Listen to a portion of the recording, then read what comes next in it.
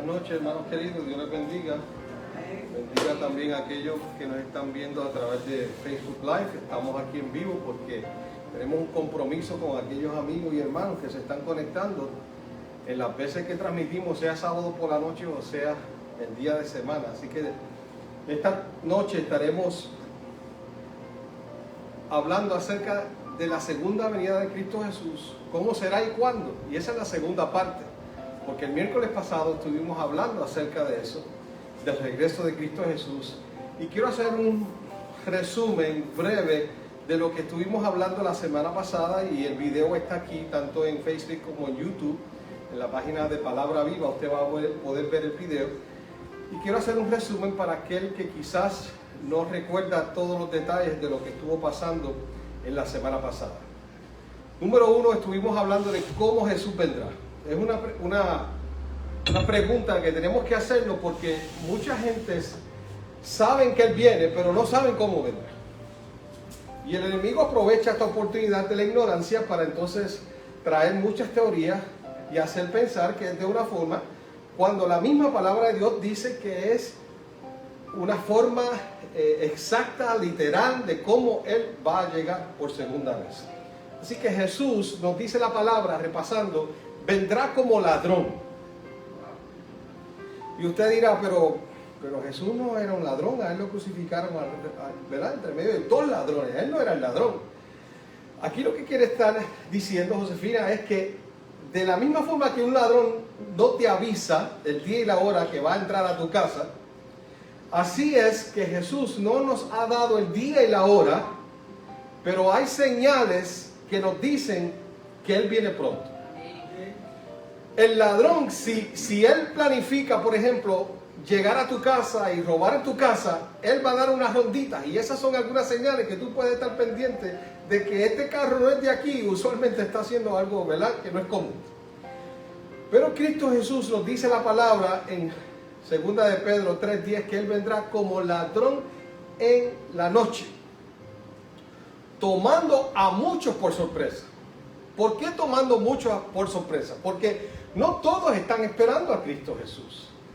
Y muchos lo están esperando diferente a como lo dice la palabra de Dios. Algunos están esperando que Él llegue y establezca su reino ya aquí en la tierra. Y otros esperan que de momento, de la noche a la mañana, muchas personas puedan desaparecer y la gente y su familia estarán preguntando qué pasó con ellos. Pero ¿será eso lo que nos dice la palabra de Dios? También pudimos ver que su venida no será secreta ni silenciosa. La venida de Cristo Jesús no será secreta ni silenciosa. Será una venida, según nos dice el libro de Apocalipsis 1:7. He aquí Él viene en las nubes, y ¿cuántos ojos los van a ver? Todo ojo le verá. Todo ojo le verá. Aún los que le traspasaron, dice allí, Mario, la palabra del Señor. Y también pudimos leer y ver la semana pasada que personas de todos los lugares verán al mismo tiempo a Jesús venir en las nubes. Qué glorioso evento será eso, Evelyn. Jesús venir en las nubes de los cielos. Y como dice la palabra, todo ojo le verá. No importa dónde tú estés, no importa si lo estás esperando o no, Él llegará. Y tú lo verás llegar. Ahora, otra verdad importante que pudimos definir la semana pasada es que Él vendrá, pero no descenderá a la tierra. Él no estará caminando entre nosotros cuando Él regrese por segunda vez. Pablo muy claro dice en 1 Tesalonicenses 4:13 que cuando Él venga, sonará la trompeta, porque la trompeta ha de sonar, y los muertos en Cristo resucitarán primero. Y luego nosotros, los que estemos vivos, nos encontraremos y subiremos al aire con aquellos que han resucitado, para encontrarnos con Jesús, dice Pablo claramente, en el aire, no aquí en la tierra. ¿Cuándo será el momento en que Jesús descenderá a la tierra? Después del milenio. Porque Él descenderá, y eso lo vamos a ver durante las próximas semanas. Él descenderá con la santa ciudad, con los redimidos, traerá juicio a Satanás y a sus ángeles, según nos dice el libro de Apocalipsis capítulo 20, y luego creará nuevas todas las cosas, y aquí permaneceremos con Él ¿para cuánto tiempo? Para siempre. Así que la segunda venida de Cristo Jesús será visible no solamente para los cristianos que lo esperan, sino para ¿cuántos, Josefina? Para todo el mundo. Para todo el mundo. Y algo que me llena de mucha fortaleza y esperanza es que Jesús mismo dijo que Él vendrá con gran poder y gloria, acompañado por miles y millones y millares de ángeles. Usted podrá imaginarse cómo será ese evento. Tiene que ser glorioso, Ana. Algo poderoso que tú estás mirando aquí ahora a través de la red. Si no has meditado en la segunda venida de Cristo Jesús, te invito a meditar en la segunda venida de Cristo Jesús. Puedes leer, por ejemplo, Mateo capítulo 24, versículos 30 y 31. Puedes leer también lo que dijeron los ángeles a los apóstoles en Hechos capítulo 1, versículos 9 al 11. También puedes leer lo que dice Apocalipsis 1:7 y cómo presenta lo que será el cielo en el capítulo 21 y 22. Dios mostrándonos el futuro para que podamos estar animados y podamos seguir hacia adelante en la fe, esperando a Cristo Jesús. Cristo va a venir, y por último el repaso, de manera personal, porque tú y yo lo estamos esperando. Tú y yo tenemos una relación con Él personal, ¿cierto o no? La familia se relaciona con Cristo Jesús, pero cada uno lo hace en su manera individual. Por eso es que será algo personal para mí, porque cuando yo mire al cielo y vea a Jesús descender en las nubes de los cielos, yo me llenaré de gozo sabiendo que mi amigo fiel, mi Salvador, mi Redentor, mi sacerdote, mi sumo sacerdote, mi abogado, viene por mí. Y eso es glorioso. Eso es glorioso. Porque ya no habrá más muerte, más llanto, ni dolor, ni sufrimiento. Todas las cosas pasaron. He aquí, todas son hechas nuevas. Amigo, y esa es la promesa de Dios para ti. Y para mí también. Ahora, ya estamos hablando de la segunda venida de Cristo Jesús. Él apareció. Rogelio, ahora, ¿qué pasará? Es la pregunta que tenemos que hacer. ¿Qué sucederá de aquí en adelante después que Jesús descienda a las nubes y los muertos en Cristo sean resucitados? ¿Qué va a pasar con los muertos? ¿Y qué va a pasar con los vivos fieles en la segunda venida de Cristo? Primera de Tesalonicenses 4, 16 y 17.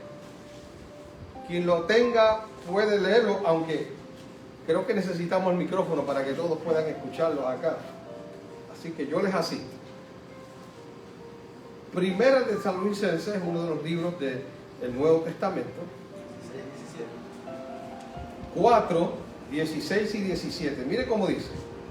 Porque el mismo Señor, con voz de mando, con voz de arcángel y con trompeta de Dios, descenderá del cielo, y los muertos en Cristo resucitarán primero.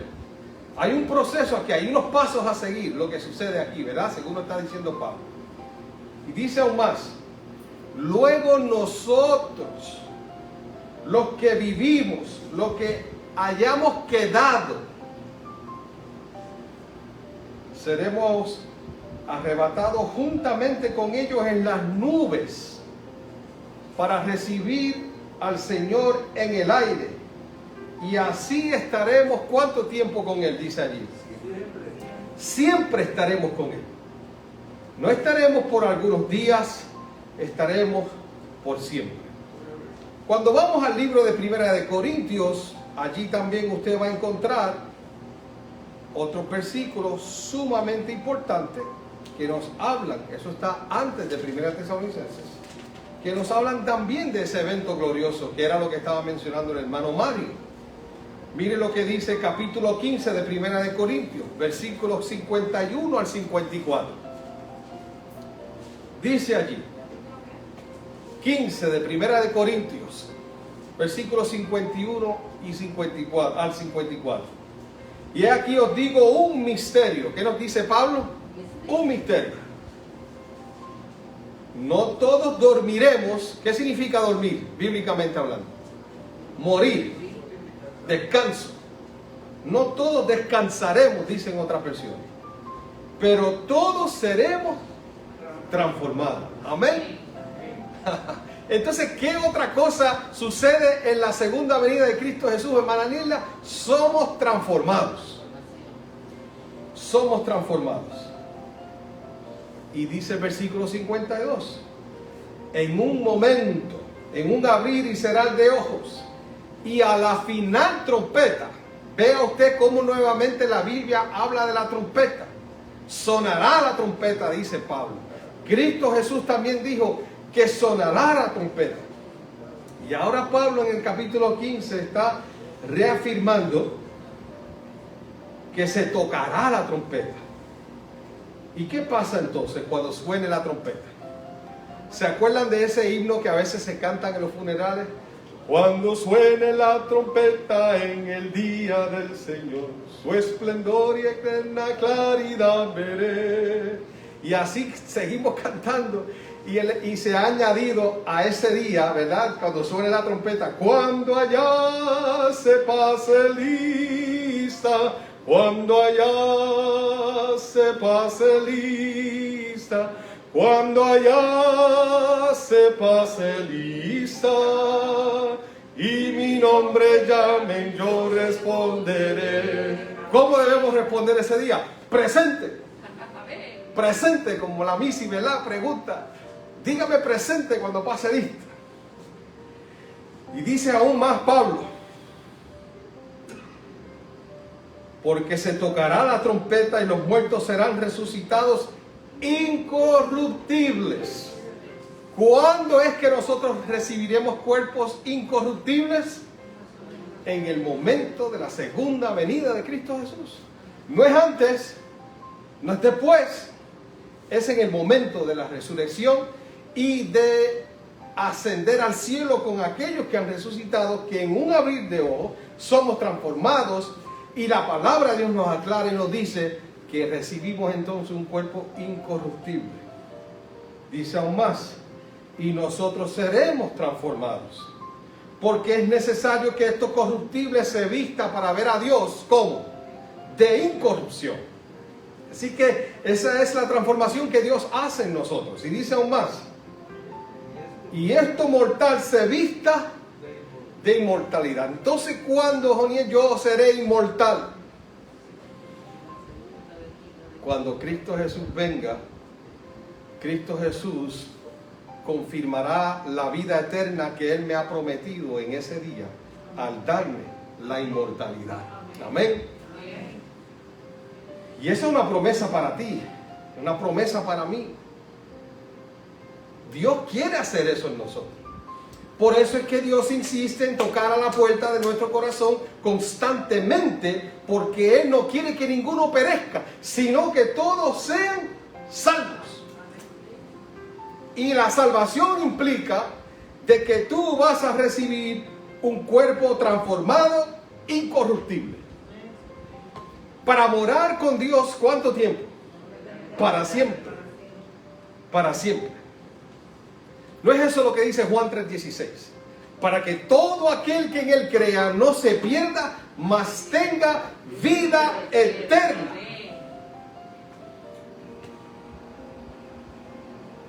Y dice el versículo 54. Y cuando esto corruptible se haya vestido de incorrupción, y esto mortal se haya vestido de inmortalidad, entonces se cumplirá la palabra que está escrita: sorbida es la muerte en victoria. Bendito sea el nombre del Señor. La muerte no será para siempre, la que domine al ser humano. Tiene su tiempo ya contado. Satanás ya tiene su tiempo contado. Los ángeles caídos tienen su tiempo contado. ¿Y sabes qué? Los redimidos también. Porque el Padre sabe el día y la hora en cuando ha de enviar a su Hijo a buscar a su pueblo. Y nosotros, aunque Satanás tenga el día y la hora, porque déjeme decirle, el día y la hora que Satanás lo tiene contado, será el día en que nosotros estemos morando con Dios por la eternidad. Así que nosotros tenemos los días contados también en cuestión de ser seres mortales. Porque Dios ha prometido la inmortalidad. Gloria a Dios por eso. Así que lo que ocurrirá con los muertos, entonces, repasando, es que los muertos fieles, cuando el Señor descienda con voz de arcángel, con trompeta de Dios, llamará a los muertos en Cristo y resucitarán primero. Las tumbas se abrirán, los ángeles habrán descendido a buscar a cada uno, porque es lo que dice Jesús en el libro de Mateo, que enviará a sus ángeles a buscar a los cuatro extremos de la tierra, norte, sur, este y oeste, a todos los redimidos. ¿Qué escenario será ese, Evelyn? Mire, ni un juego de fútbol, de soccer, de NFL tiene tanta gente como aparecerá ese día. Los millones de ángeles y billones y trillones, la cantidad que usted quiera decirle, que son un montón, vendrán a levantar a los que han muerto, descansado en Cristo Jesús. Y no solamente a los que descansaron en Cristo Jesús, sino también a los que vivimos, dice la palabra. A los que estamos vivos. Porque no todos moriremos, dijo Pablo, pero ¿qué va a pasar? Pero todos seremos transformados. Alabado sea el Señor. Muy bien. Entonces, vamos a la siguiente pregunta. Repasando lo que acabo de decir, debemos entonces mirar que los muertos fieles resucitarán y serán transformados. ¿Cierto? Van a recibir un cuerpo incorruptible, un cuerpo transformado y van a subir al aire porque Jesús le habrá enviado los ángeles para recogerlos. ¿Y qué pasará con los que están vivos también? Serán transformados y serán trasladados también al reino de los cielos. ¿Qué pasará entonces? La pregunta que se nos hace difícil hacer.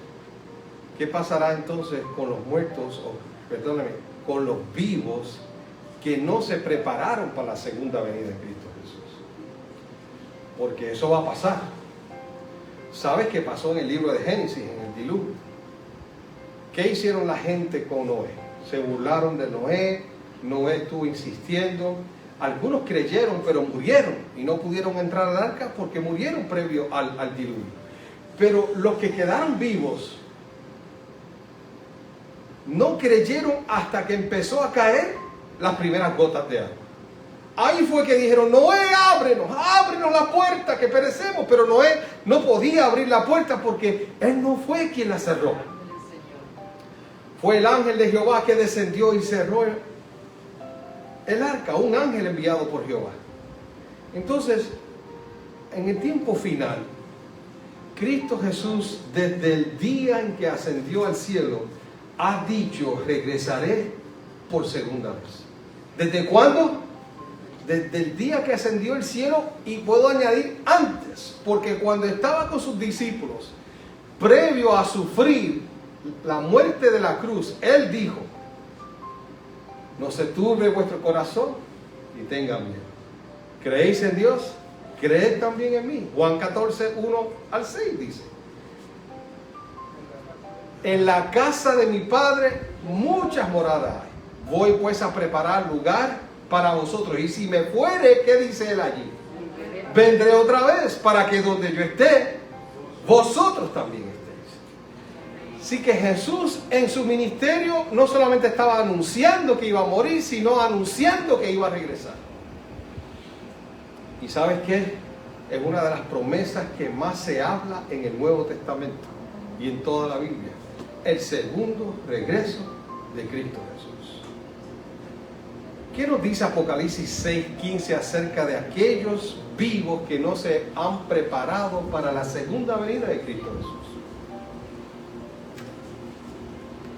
La Biblia registra también lo que pasa con esas personas que lamentablemente Dios ha hecho un acercamiento, pero por las razones que sean, que tendrán sus razones, no reciben la verdad de Dios.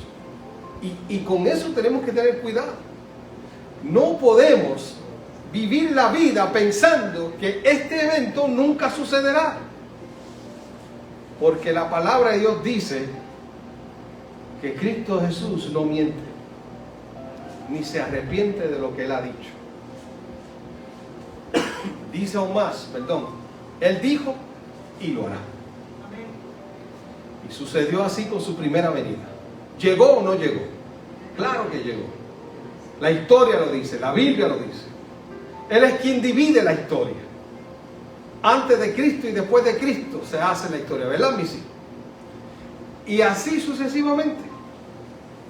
Pero miren lo que dice Apocalipsis 6:15. Es triste lo que dice aquí, pero Dios está diciendo esto para que aquel que no ha hecho los preparativos, ni se está preparando para ese encuentro, haga los preparativos para evitar esta escena que se presenta en el libro de Apocalipsis. Miren lo que dice Apocalipsis 6:15 al 17. Entonces los reyes de la tierra, los grandes y los ricos, los capitanes y los poderosos, y todo siervo y todo libre, se escondieron en las cuevas y entre las peñas de los montes, y decían a los montes, ¿y qué más decían? Y a las peñas, caed sobre nosotros y escondednos de la vista de aquel que está sentado en el trono y de la ira del Cordero. ¿En qué momento está hablando aquí? De la segunda venida de Cristo Jesús. La ira del Cordero. ¿Quién es el Cordero? Cristo Jesús. ¿Qué dijo Juan? He aquí el Cordero que quita el pecado del mundo. Porque ha llegado el gran día de su ira, dice el libro de Apocalipsis. Estamos leyendo en el mismo capítulo 6. ¿Y quién podrá quedar en pie? Yo le voy a decir quién puede quedar en pie. Aquel que ha hecho a Cristo Jesús su mejor amigo. Aquel que ha aceptado el sacrificio de Cristo Jesús. Aquel que ha hecho todo lo necesario para buscar primeramente el reino de Dios y su justicia, para que todo lo demás venga por añadidura. Aquel que le ama y le obedece. Porque eso también hay que decirlo. Porque yo amo a mi padre, carnal, terrenal. Pero mi padre me da una orden, Evelyn, que amo por amor a él. Le obedezco. Y Dios espera lo mismo de nosotros. Si me amáis, dice, guardad mis mandamientos. Esto no es un asunto de lo que yo pueda hacer. Es un asunto de relación con Dios para yo poder amarle y servirle. Y qué triste que en aquel día, el gran día de la ira de Dios, muchos desearán esconderse en las cuevas y pedirán que las peñas caigan sobre ellos. Por eso es la advertencia de Dios, por eso es el deseo de Dios, que tú puedas desde ahora librarte de ese escenario, de esa escena final. Como dije ahorita, para que todo aquel que en él crea no se pierda, mas tenga vida eterna en Cristo Jesús. En esos días, dice Apocalipsis 9:6, los hombres buscarán la muerte y no la hallarán. Desearán morir y la muerte huirá de ellos. Porque ellos tienen que mirar y observar cada detalle de la segunda venida de Cristo Jesús. Por más que quieran que las piedras caigan sobre ellos, tendrán que ver al Rey de Reyes y Señor de Señores descender de las nubes o en las nubes. Dice 2 Tesalonicenses 2:8: entonces se manifestará aquel inicuo, a quien el Señor matará con el aliento de su boca y destruirá con el resplandor de su venida.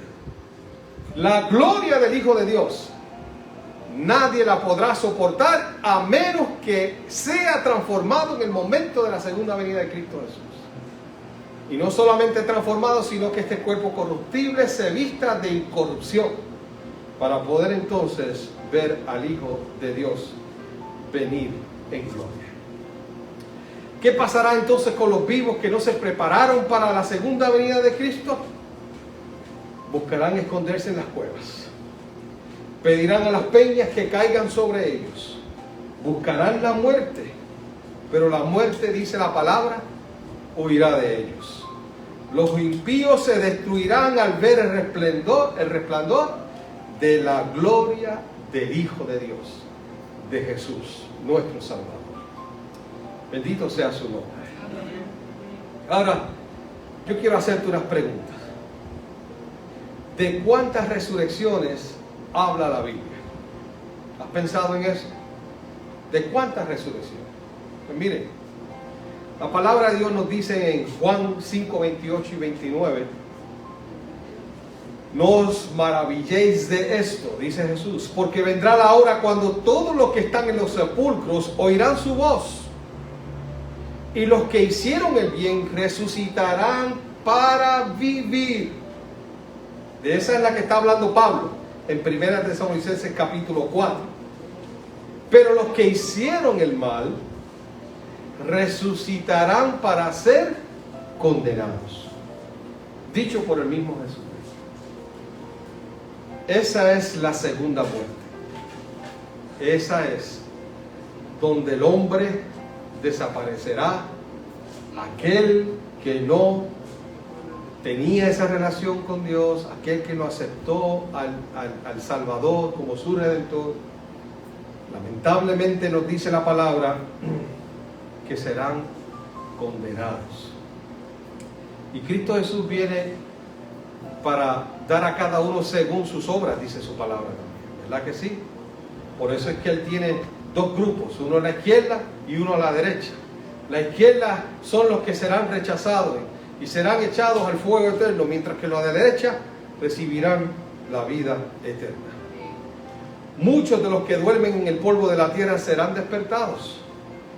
Daniel 12:2 dice: unos para vida eterna y otros para vergüenza y confusión eterna. Hermanos queridos, esto es un asunto serio. Amigo que me está viendo a través del video, esto es un asunto serio. Esto es un asunto de vida o muerte. Cristo Jesús fue claro que hay muchas personas que cogen el camino ancho porque es el más fácil para caminar, pero el camino estrecho es el que muy pocos eligen.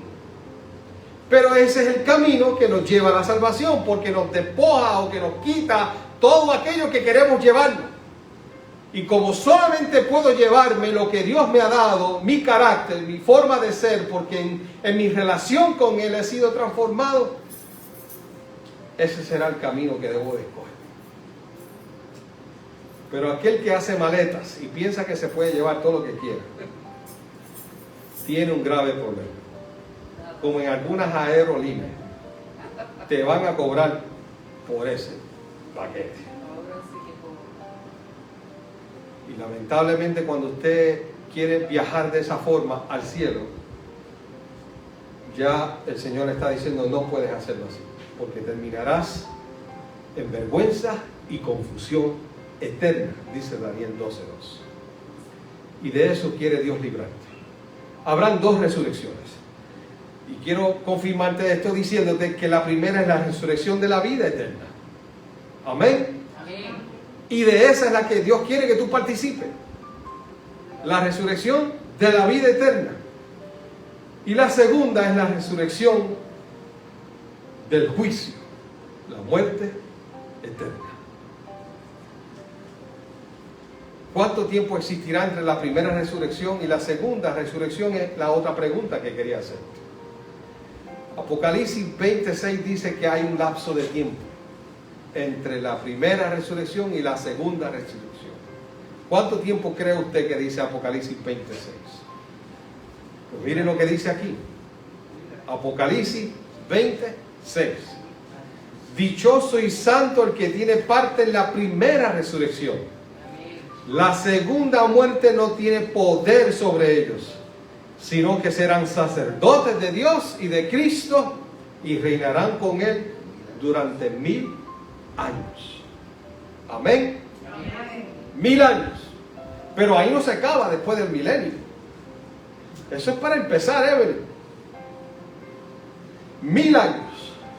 Estaremos en el cielo contemplando el amor de Dios, su juicio, que es justo y verdadero, para que luego que descendamos después del milenio podamos ver que Dios es justo, como su palabra lo dice y como el mismo Cristo Jesús lo ha dicho.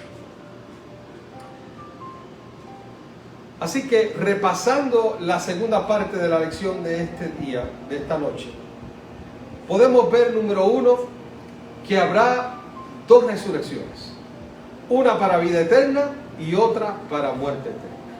Habrá un lapso de tiempo entre la primera y la segunda resurrección de 1000 años. No solamente eso, sino que seremos transformados aquellos que nos levantemos cuando escuchemos la trompeta, según nos dice 1 Tesalonicenses 4, 13 al 17. Y también 1 Corintios 15, 51 al 57 o 54, 51 al 54, donde habla allí Pablo de que seremos transformados y esto mortal se vestirá de inmortalidad y esto corruptible se vestirá de incorrupción. ¿Y qué quiere Dios que tú hagas? ¿Te has hecho esa pregunta? ¿Qué es lo que Dios quiere que yo haga entonces? Dios quiere que yo pueda aceptar el sacrificio que Él hizo por nosotros a través de su Hijo Cristo Jesús. Porque Él fue claro y dijo que de tal manera amó Dios al mundo, a ti, a mí, que dio a su único Hijo, para que todo aquel que en Él crea no se pierda, mas tenga vida eterna. Vida eterna. Y eso es lo que quiere Dios para ti. Por eso vale la pena, Rogelio, hacer todos los preparativos, hacer todo lo necesario en mi relación con Dios para vivir esa experiencia única, porque será única. No hay otro break para eso, no hay otra oportunidad. Esa es la única oportunidad que tendremos.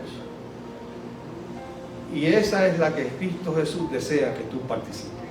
Yo quiero confirmarte lo que te estoy diciendo en el libro de Juan. Vaya conmigo. Mire el deseo de Cristo Jesús para ti. Juan capítulo 6. Ese es el cuarto libro de los Evangelios en el Nuevo Testamento. Juan capítulo 6. Mire qué hermoso, tanto el Padre como el Hijo desean para ti algo poderoso y maravilloso. En Juan capítulo 6, allí en los versículos 38 en adelante dice Jesús lo siguiente: porque he descendido del cielo no para hacer mi voluntad, sino la voluntad del que me envió. Y esta es la voluntad del Padre el que me envió, que de todo lo que me diere, no pierda yo, ¿cuánto? Nada. ¿Cuánto quiere Jesús perder? ¿Y el Padre? Nada. Sino que ¿qué? Que lo resucite en el día postrero. ¿Y cuál día postrero es ese? ¿Del que estaba hablando Pablo? De la primera venida. La primera resurrección. Perdón, y sigue diciendo aún más. Y esta es la voluntad del que me ha enviado, que todo aquel que ve al Hijo y cree en Él, estamos leyendo el versículo 40, tenga vida eterna y yo le resucitaré en el día postrero. Amén. Alabado sea el Señor. Amén. Ese es el plan de Dios para ti. La pregunta que te hago, ¿se está cumpliendo en tu vida? Amén. ¿Se está cumpliendo en mi vida? Si no se está cumpliendo, entonces este es el momento de hacer los arreglos y los preparativos para que desde este mismo momento se empiece a cumplir en mi vida y en tu vida. Te invito a orar en esta hora y pedirle a Dios que así sea. Que podamos aceptar su sacrificio, podamos aceptar su voluntad de salvarnos y podamos entonces recibir la recompensa que Él ha prometido, que es la vida eterna en Cristo Jesús. Oramos. Querido Padre, gracias. Gracias por tu deseo y el deseo del Padre de hacer todo lo posible para salvarnos. Gracias porque no quieres condenar a ninguno de nosotros, sino quieres darnos la vida eterna. Y gracias porque haces todo lo posible para hacer eso una realidad. Solo pedimos que nos ayudes a poder aceptar tu voluntad. Y desde ahora queremos decirte, aceptamos tu voluntad, Señor, para que sea cumplida en nuestras vidas, en la vida de nuestros hijos, de nuestra familia, sobre todo en nuestras vidas. A ti encomendamos nuestro ser, en el nombre de Jesús. Amén. Dios te bendiga, amigo querido. La próxima semana estaremos hablando de ese milenio que acabo de mencionar en este final de la lección. ¿Está bien? Será hasta la próxima. Amén.